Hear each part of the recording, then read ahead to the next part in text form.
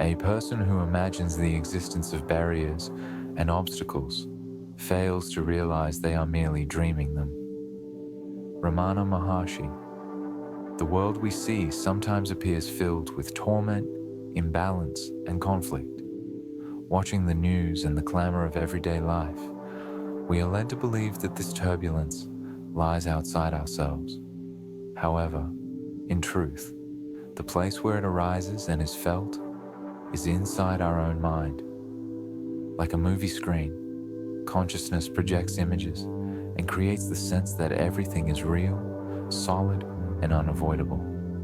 Yet, as Ramana Maharshi taught us, what we call difficulties is sustained by the illusion of the ego. The ego, this notion of a centralized, isolated I, perpetuates the idea that there is a specific problem to be solved. We spend life repeating to ourselves, I need to overcome this situation. I need to end this unpleasant feeling. I need to change what's happening. But when we look more closely, we see that such an I is transient. It forms and dissolves like waves of thoughts and emotions passing through the mind. Robert Adams, another teacher who emphasized inner stillness, used to say that the mind creates dramas because it seeks an occupation to keep it active. By identifying with these stories, we reinforce the sense that there is indeed something urgent and alarming to face.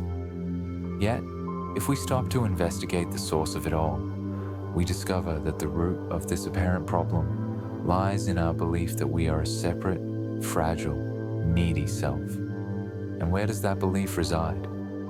In the mind.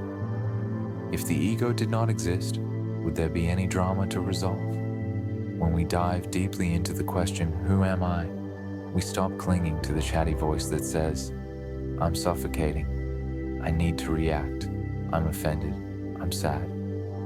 Then emerges the space where we remain simply present, without an I at the center, demanding explanations.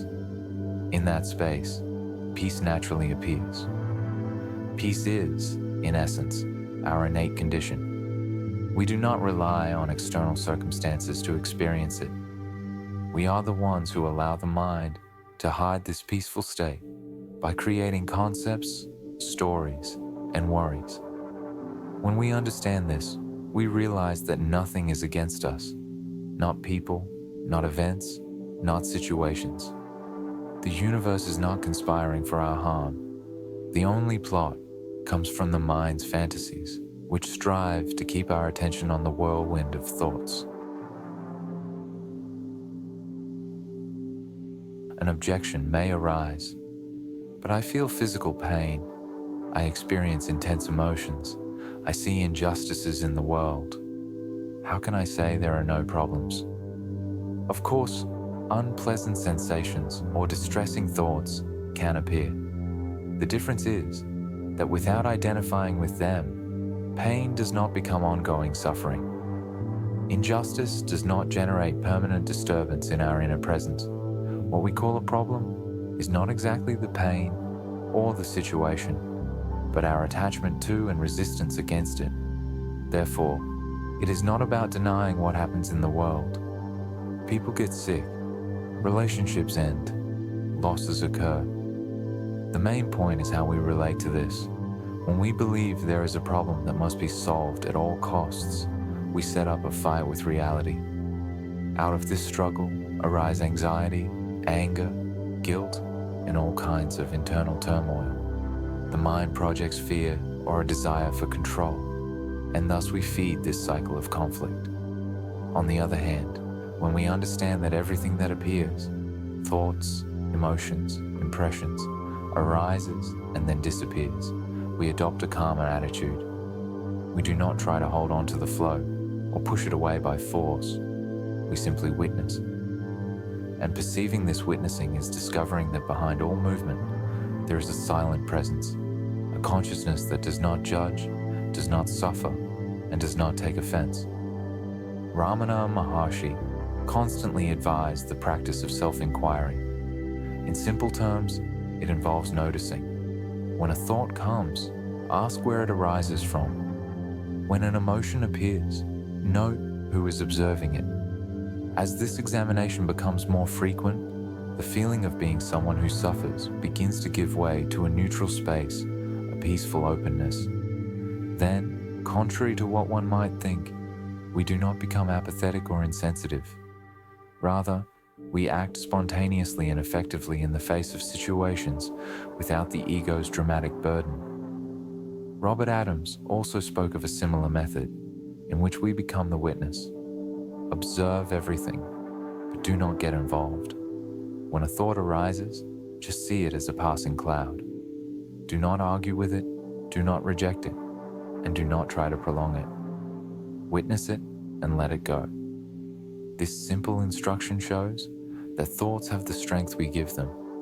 We doubt ourselves so much that we let the inner voice dominate us, even though it is not who we truly are. Imagine the noise of a radio you left on by accident. Suddenly, you notice it playing in the background, but you're not interested in listening to the news. You can simply turn it off or leave it on without paying attention. Likewise, if you recognize that your natural state of being is silence, you do not need to argue with the mental chatter. The babble loses its power the moment we stop feeding that illusion. Many believe that thoughts bring essential solutions, but what really happens is that, most of the time, they magnify problematic scenarios. By identifying with these mental plots, a person ends up sinking into spirals of anxiety. The mind starts asking, what if this happens? What if that goes wrong? But reality is simpler than these hypothetical scenarios. The present moment does not carry the tension of the future or the grievances of the past. Only the mind, in its factory of fantasies, maintains such projections. When someone gets in touch with their own essence, there's no longer fear of lacking an immediate answer for everything. A natural confidence arises that each situation will be resolved at the exact moment without constant interference from worries. It is like stepping onto a stage without a script, yet trusting in the ability to improvise. This certainty comes from recognizing that consciousness is always present and lucid, even when the mind is quiet. There is no need to force the mind to be silent. You only need to stop reacting to its impulses. The more we try to forcibly silence a thought, the more energy it gains to defend itself. It is a paradox. Fighting to defeat the mind keeps alive the idea that there is a battle to be waged. True silence appears when we stop investing attention in the inner voices talking about problems and lack. People ask, but if I do not think, how will I solve what I need to in daily life? It is necessary to distinguish useful thought from repetitive, harmful thought. Thinking to solve something practical is different from ruminating on the past or predicting future disasters. Wisdom lies in allowing constructive thoughts to arise when needed, while dispensing with idle chatter. Another important point is that by relaxing the mind, we often find better solutions than when we are tense. Who has not had a sudden idea while taking a shower or walking aimlessly, after trying to force the mind for hours with no results? This shows that creative intelligence naturally flows when the ego withdraws from stubborn control. Therefore, when you see a problem forming, check whether you are not in fact creating mental conflict about that matter. Perhaps reality is not as catastrophic as it seems in your imagination. And if there is still something that needs action, you can act in a centered way without your inner peace being torn away. Action is born from a state of clarity, not desperation. Some teachers advise laughing at your own problems, not because they are trivial, but because in the vastness of what we are, the mind likes to dramatize. By laughing, you loosen the tight knot, which reduces the feeling of weight. In that sense, laughter is almost a remedy for the ego's excessive seriousness. It is worth remembering that saying, "There are no problems," does not mean that nothing happens. Events take place, but they are no longer seen as existential threats. You may feel sadness at losing someone, Yet you do not have to turn that grief into a personal story of guilt or victimhood. You may feel anger for a moment, but without fueling the fire that turns it into persistent resentment. The instant we accept any emotion as fleeting, we avoid the poison of attachment to it. Be gentle with yourself when you notice you are stuck in incessant thoughts. The mind is an instrument that has accompanied us for a long time, and changing its dynamic requires patience. Instead of trying to banish the inner voices, learn to observe them. Oh, there's the voice of dissatisfaction. Look, now the voice of fear showed up. By naming and noticing, but not identifying, the mind loses strength.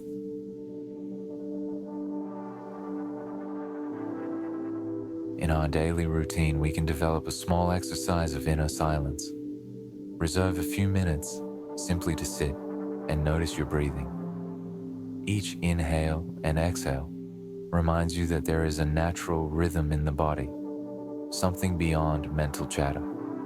In this space, clarity expands, and we realize that at that moment, there is no problem, unless the mind insists on creating one. As we cultivate this space of calm, we begin to bring this attitude into daily activities. When some annoyance arises, instead of reacting impulsively, we pause for a moment and take a deep breath. That pause is enough to break the mind's repetitive pattern, preventing it from diving into the fantasy of problems. There's nothing wrong with making plans, having goals, or dedicating yourself to a purpose.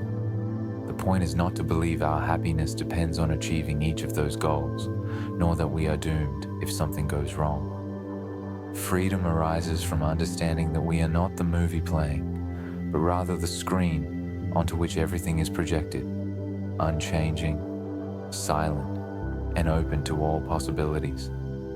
For those immersed in deep suffering, the invitation is the same. Recognize that suffering is a collection of thoughts and feelings that arise.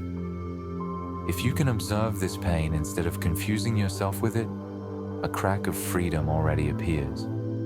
Do not deny your pain, but do not identify with it either.